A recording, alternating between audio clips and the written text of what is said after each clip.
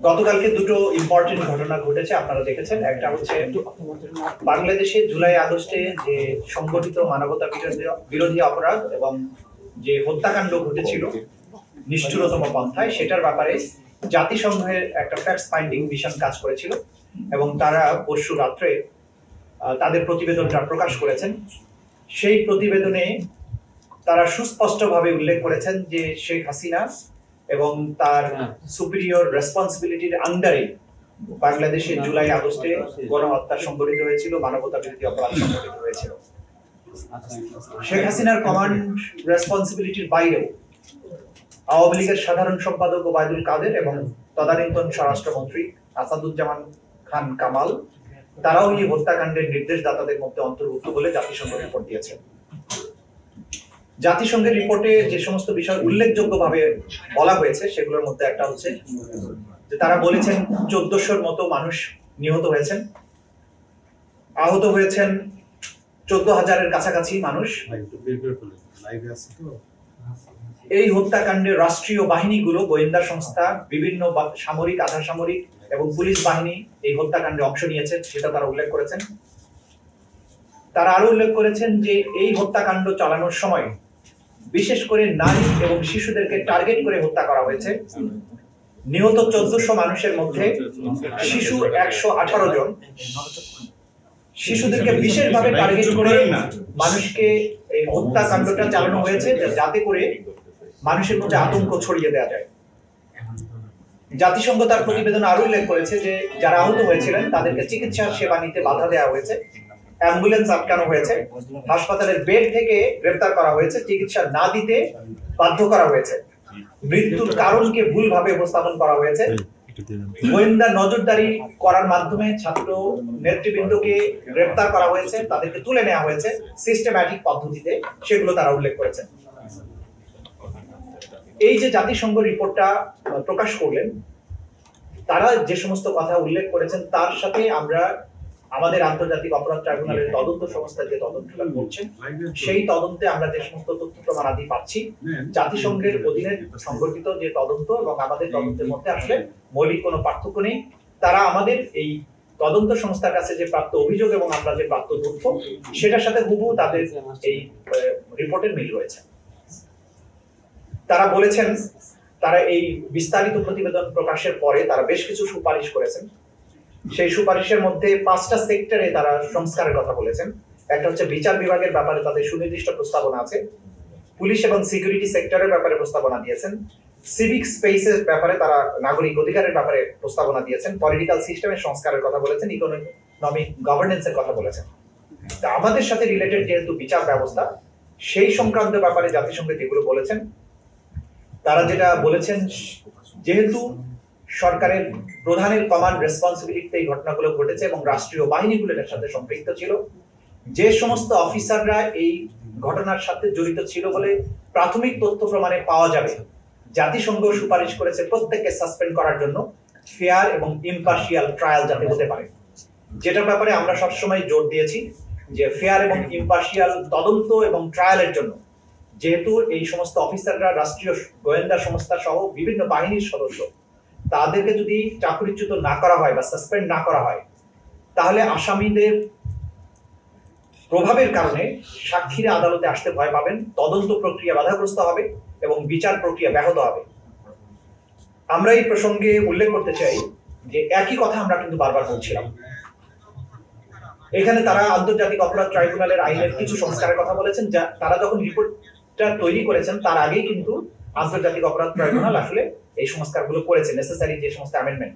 শুধুমাত্র তাদের একটা কনসার্ন আছে যে মৃত্যুদণ্ডের ব্যাপারটা যেটা আছে সেটা তারা বলেছেন একটা মোরাটোরিয়াম, অর্থাৎ এক ধরনের মৃত্যুদণ্ড যদিও দেওয়া হয় সেটা যাতে স্থগিত রাখা হয়, এরকম একটা প্রস্তাব করেছেন। এইটার সুযোগ যেহেতু আমাদের ট্রাইব্যুনালের বিচারকদের হাতে ক্ষমতা আছে, তারা কি ধরনের দণ্ড দিবেন কি দেবেন না সেই বিষয়টা পরে দেখা যাবে। মোটা দাগে তাদের এই প্রতিবেদন থেকে সুস্পষ্ট হয়েছে দল হিসাবে আওয়ামী লীগ এবং তদানীন্তন প্রধানমন্ত্রী শেখ হাসিনা, স্বরাষ্ট্রমন্ত্রী আসাদুজ্জামান কামাল এবং আওয়ামী লীগের সাধারণ সম্পাদক ওবায়দুল কাদের তাদের সুনির্দিষ্ট পরিকল্পনা নির্দেশে বিভিন্ন বাহিনীর পাশাপাশি আওয়ামী লীগ, যুবলীগ এবং ছাত্রলীগ সরাসরি মারণাস্ত্র ব্যবহার করেছে এবং যে সমস্ত অস্ত্র তারা ব্যবহার করেছে সেটারও একটা পরিসংখ্যান তারা দিয়েছেন।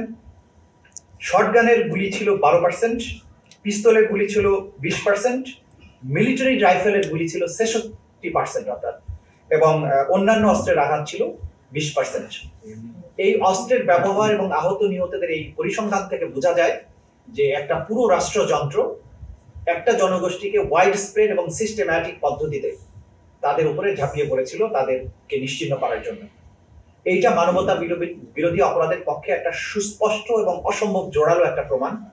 এই প্রমাণটি আন্তর্জাতিক অপরাধ ট্রাইব্যুনালের তদন্ত সংস্থার মাধ্যমে একটা এভিডেন্স হিসেবে ট্রাইব্যুনালে আসবে, এবং যেহেতু জাতিসংঘ এটি বিশ্বের সবচাইতে বড় এবং সর্বজন গ্রহণযোগ্য একটা সংস্থা, তাদের এই রিপোর্টটা সম্পূর্ণ ইম্পার্শিয়াল, কোনো দলের দ্বারা প্রভাবিত হয়ে হয়নি।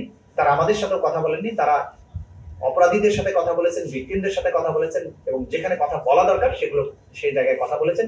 সুতরাং এটা অকাট্য দলিল প্রমাণ হিসাবে এই আদালতে ব্যবহার করা যাবে, এবং সেটা আমরা ব্যবহার করব বলে আপনাদের জানাচ্ছি। দ্বিতীয় যে বিষয়টা নিয়ে আজকে আপনাদেরকে বলবো সেটি হচ্ছে যে আয়না ঘর অর্থাৎ গোপন যে নির্যাতন কেন্দ্র, টর্চার সেল এবং বন্দিশালা, গত 15 বছর ধরে সাবেক সরকার সিস্টেম্যাটিক পদ্ধতিতে বাংলাদেশের ভিন্ন মতকে দমন করার জন্য নির্যাতন, গোপনে হত্যা এবং গোপনে বন্দী করার যে একটা কালচারে পরিণত করেছিল সেটা উন্মোচিত হয়েছে। মাননীয় প্রধান উপদেষ্টা গতকালকে 3টি প্রধান গোপন বন্দিশালায় পরিদর্শনে গিয়েছিলেন, এবং সেখানে গিয়ে আমরা সেখানে গুম কমিশন, বিশ্বের বিভিন্ন দেশের সাংবাদিক এবং আমরা আন্তর্জাতিক অপরাধ ট্রাইব্যুনালের চিফ প্রসিকিউটর, তদন্ত সংস্থার সমন্বয়ক, আমরা সহ এটা ভিজিট করেছি। যে বিভৎসতার চিত্র আমরা দেখেছি, যে সমস্ত ইলেকট্রিক চেয়ারের কথা, যেটা ছবি এসেছে আপনারা জানেন, অনেকে এটা ভুলে বলেছেন যে শক দেওয়ার জন্য, এটা শক দেওয়ার জন্য না, ওই চেয়ারে বসিয়ে আসলে ঘুরানো হতো। একটা চেয়ারকে বসিয়ে যখন হাত পা বেঁধে দিয়ে ঘুরানো হয় কি পরিণতি হতে পারে আপনারা সেই বিভৎসতা কল্পনা করতে পারেন। একটা মেয়ে নারী ভিকটিমের কথা আমরা শুনেছি, একটা 11 বছরের মেয়ে, তাকে তার মা সহ গ্রেফতার করা হয়েছিল, তুলে নেওয়া হয়েছিল। আসলে তার মাকে তার সামনে হাত করা বেঁধে পুলিশ সদস্যরা তাকে নির্যাতন করেছে, কান্নাকাটি করেছে। সে মোটা ছিল, তার ভেতরে হাত করাটা কেটে মাংসের মধ্যে বসে গেছে। 11 বছরের বাচ্চাটার পাশেই একই জায়গায় বেঁধে রাখা হয়েছে, চোখ বেঁধে রাখা হতো। বাথরুম করতে গেছে, হাতের হাত করা খুলে দেয়নি মহিলা, তার মেয়ে 11 বছরের মেয়ে তখন তাকে সাহায্য করেছে, তার হাত করাটা খুলে দিয়েছে। একটা 11 বছরের বাচ্চা সহ একটা নারী রেহাই পায়নি, পুরুষ সদস্যরা তাকে নির্যাতন করেছে, এবং ওই মা আজও ফিরে আসেনি। আমরা ধারণা করছি তাকে হত্যা করে তার লাশ কোথাও ভাসিয়ে দেওয়া হয়েছে। সেই মেয়েটা কিন্তু আইডেন্টিফাই করেছে কোন জায়গায় কোন কর্নারে তাকে রাখা হয়েছিল, কিভাবে তাকে নির্যাতন করা হয়েছে দেখিয়েছে। 3টি ডিটেনশন সেন্টারে বন্দীরা যারা ছিলেন তাদের মধ্যে উল্লেখযোগ্য 2 জন বা 3 জন করে বন্দীরা গিয়েছিলেন, তারা আইডেন্টিফাই করেছেন কোন জায়গায় তাকে বেঁধে রাখা হতো, কোন বাথরুমে তাকে নেওয়া হয়েছে, কি কি যন্ত্রের সাথে তাকে টর্চার করা হয়েছে। আমরা যেটা দেখেছি যে এই টর্চার কেন্দ্রের ব্যাপক আলামত বিনষ্ট করা হয়েছে। নির্যাতনের জন্য যেখানে তাকে আটকে রাখা হতো, ঝুলানো হতো, সেগুলো ভেঙে ফেলা হয়েছে। অনেক আলামত আমরা জব্দ করেছি। ইলেকট্রিক শক দেওয়ার ব্যবস্থা ছিল, চোখ বেঁধে রাখা হতো, 3 feet by 3 feet, 2 feet by 3 feet cell, সেগুলো প্রধান উপদেষ্টা দেখেছেন, তিনি নিজে ঢুকেছেন সেগুলোর ভেতরে। অর্থাৎ একটা মানুষকে পৈশাচিক পদ্ধতিতে কত নির্মম ভাবে নির্যাতন করা যায়, এই বন্দিশালাগুলো ভিজিট না করলে একজন মানুষের পক্ষে বিশ্বাস করাটাই কঠিন ছিল। আমরা যেটা বারবার বলেছি যে এই নির্যাতন কেন্দ্রগুলো ছিল, এবং যারা এর সাথে সম্পৃক্ত তাদেরকেই কিন্তু আমরা গ্রেফতারের জন্য বা এই বিচারের জন্য মুখোমুখি করতে চাই। এই দুটো তথ্যের পাশাপাশি আমরা যেটা বলবো যে অনেক কর্নার থেকে নানান ধরনের আর্গুমেন্ট করার চেষ্টা করা হচ্ছে যে বিভিন্ন আইন শৃঙ্খলা রক্ষাকারী বাহিনী, নিরাপত্তা বাহিনীর বিচার কি তাদের নিজস্ব আইনে করা যায় কিনা।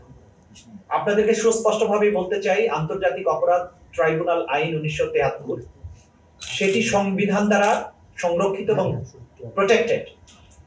এই আইনটি বাংলাদেশের সকল আইনের উপরে তার বিশেষ মর্যাদা আছে।